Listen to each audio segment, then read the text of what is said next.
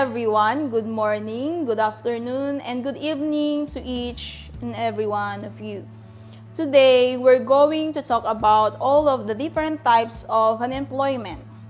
Throughout this video, we're going to be talking about a bunch of different types of unemployment, which is the frictional unemployment, seasonal unemployment, cyclical unemployment, and structural unemployment.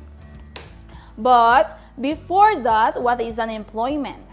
So, unemployment is the percentage of the labor force that is actively looking for work.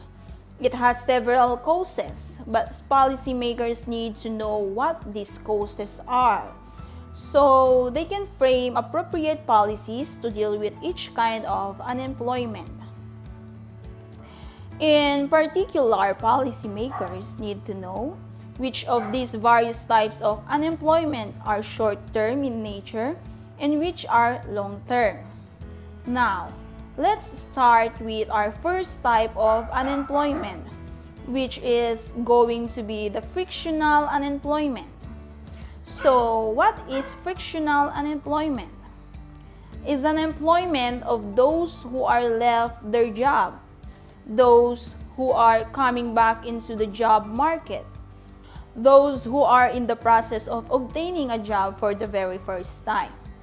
So, frictional unemployment is a normal features of the market economy in which workers move freely from job to job and need time to make the move. An example of frictional is a student who has graduated from college and unemployed while looking for their first career-oriented job. So frictional is not a major social problem, and it can be reduced by improving job information so that job seeker can find jobs more easily. Although, voters may wish that the government officials that they elect can reduce unemployment to zero. The existence of frictional unemployment makes this impossible. If unemployment falls below the estimated frictional rate, this indicates that the economy is overheating. Labor shortages in many sectors will constrain overheating the economy from the expanding further. Next, we have seasonal unemployment. So what do we mean by seasonal unemployment? Seasonal unemployment is unemployment that occurs because the need for workers falls at certain times during the year. For example, unemployment in the Philippines tends to drop in November and December because many retail business hire workers. To support an increase in the number of shoppers, and many stores extended their hours.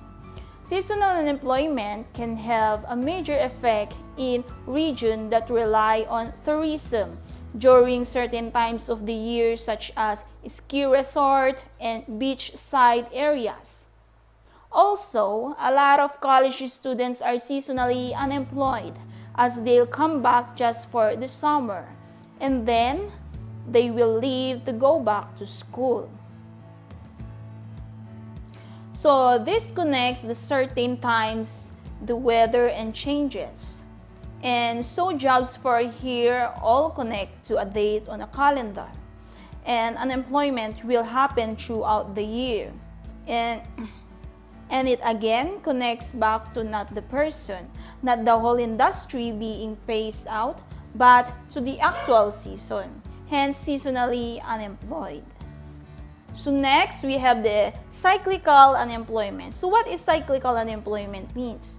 It is unemployment that rises and falls as a result of the business cycle.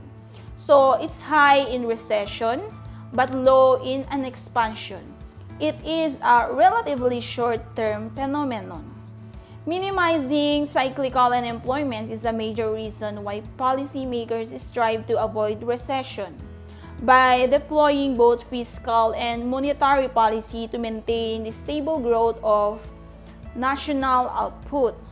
Now, what's happening here is cyclical unemployment is following essentially of the market, the business cycle at least. All you need to know for right now is that it's going to go through a bunch of series of expansion and contraction, where we're seeing growth and then a possible recession of a decline.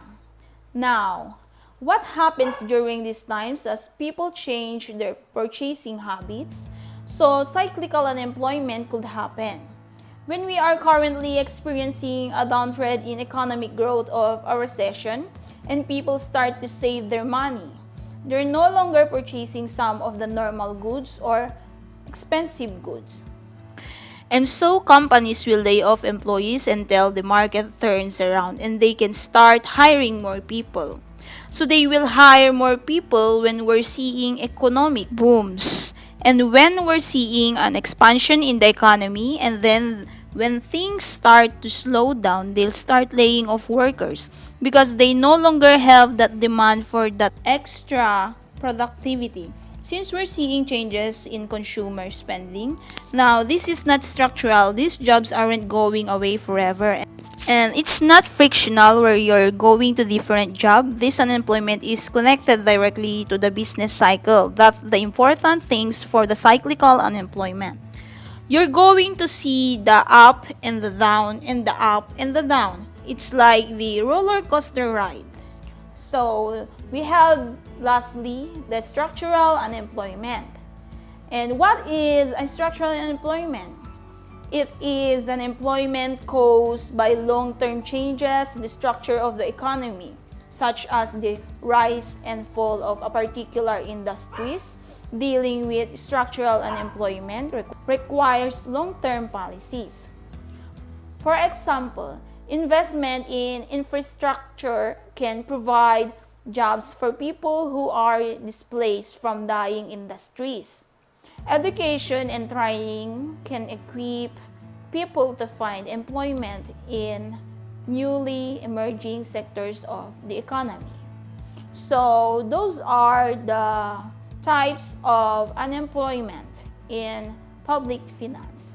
Thank you for listening and watching this video. I hope you're doing good, and God bless everyone.